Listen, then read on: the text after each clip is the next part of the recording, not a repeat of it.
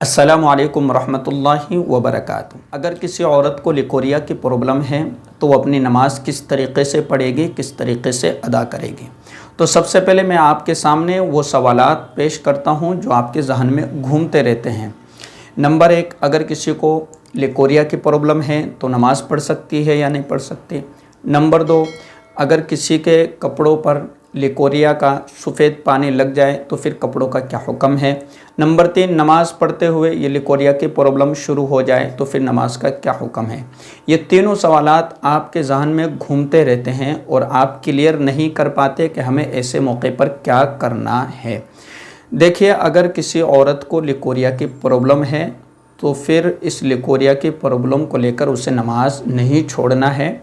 नमाज बहुत अहम चीज़ है। अब हमें मसला समझना है कि एक तो वो औरत है जिसको लिकोरिया की प्रॉब्लम बहुत ही नॉर्मल है, हफ्ते में या दिन में 2-3 मरतबा या 4-5 मरतबा इसको लिकोरिया की प्रॉब्लम होती है, सफ़ेद पानी की प्रॉब्लम होती है। तो अगर इस औरत के कपड़ों पर लिकोरिया का पानी लग जाए, अगर ये पानी हथेली की गहराई और हथेली के फैलाव से ज़्यादा है या हथेली के, मान लीजिए आप 1 दिरहम या 1 सिक्के के बराबर या इससे ज़्यादा है, अगर इतनी नापाकी कपड़ों पर लग गई, सफ़ेद पानी लग गया तो फिर उस हिस्से को धोना ज़रूरी है। और अगर इससे कम लगा है तो धो लेना बेहतर है, अच्छा है, अफजल है। उसको धोकर पाक करके और फिर नमाज अदा करें। अगर इस औरत को जिसको नॉर्मल लिकोरिया की प्रॉब्लम है, नमाज़ पढ़ रही है और नमाज़ पढ़ते हुए इसको प्रॉब्लम हो गई तो फिर इसे अपनी नमाज दोबारा पढ़ना पड़ेगा। अगर कपड़ों पर नापाकी का इसको एहसास हो गया और इसको यकीन भी हो गया कि मेरे कपड़ों पर जो है नापाकी भी लग गई है और वो नापाकी 1 दिरहम से ज़्यादा है तो फिर उसे धो लेना ज़रूरी है। उसको धो लिया जाए और फिर अपनी नमाज को लौटाया जाए। तो ये तो मसला हुआ उस औरत के लिए जिसको लिकोरिया की प्रॉब्लम है लेकिन कम है, दिन में 1-8 दफ़ा, 2-3 दफ़ा, 4-5 दफ़ा होता है और कपड़ों पर नापाकी लग गई, सफ़ेद पानी लग गया तो उसे अपने कपड़ों को पाक करके और अपनी नमाज को लौटाना ज़रूरी होगा। अगर नमाज के दरमियान में नमाज़ पढ़ते हुए ये मसला पेश आ जाए तो।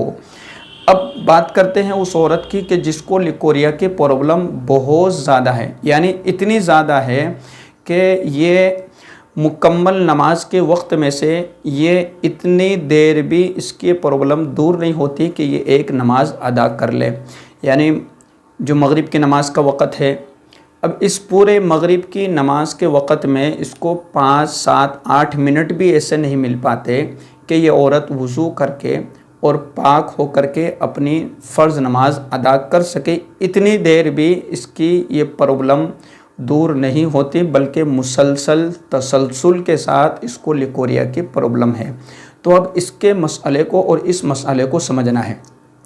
देखिए, अगर ऐसी औरत कि जिसको ये शिद्दत के साथ और बहुत ज़्यादा लगातार रेगुलर ये प्रॉब्लम रहती है और इसको यकीन है कि मैं नमाज शुरू करूँगी और मेरी प्रॉब्लम जारी रहेगी या मुझे प्रॉब्लम हो सकती है, तो इस औरत के लिए हुक्म ये है कि ये औरत वज़ू करेगी और वज़ू करने के बाद अपनी नमाज शुरू कर देगी।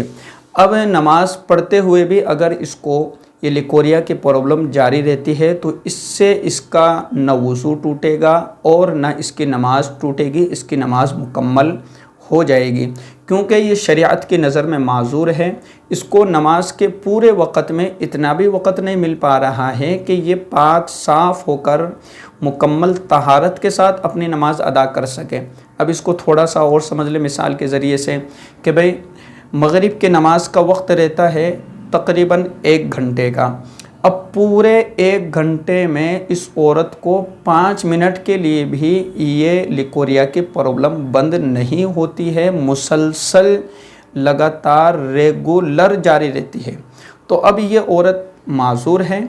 अब क्या करेगी, इसको नमाज़ पढ़ना है तो भाई अपने कपड़ों को चेंज कर लें और फिर इत्मीनान के साथ वज़ू करके और अपनी नमाज शुरू कर दें। अब चाहे प्रॉब्लम जारी है, प्रॉब्लम शुरू है, कोई दिक्कत नहीं, आपका वज़ू हो गया और आपको नमाज पढ़ लेना है। और फिर जब آپ نے وضو کر لیا، نماز پڑھ لی، تو اسی وضو سے آپ اس وقت میں جتنی چاہے نفل نماز پڑھ سکتے ہیں۔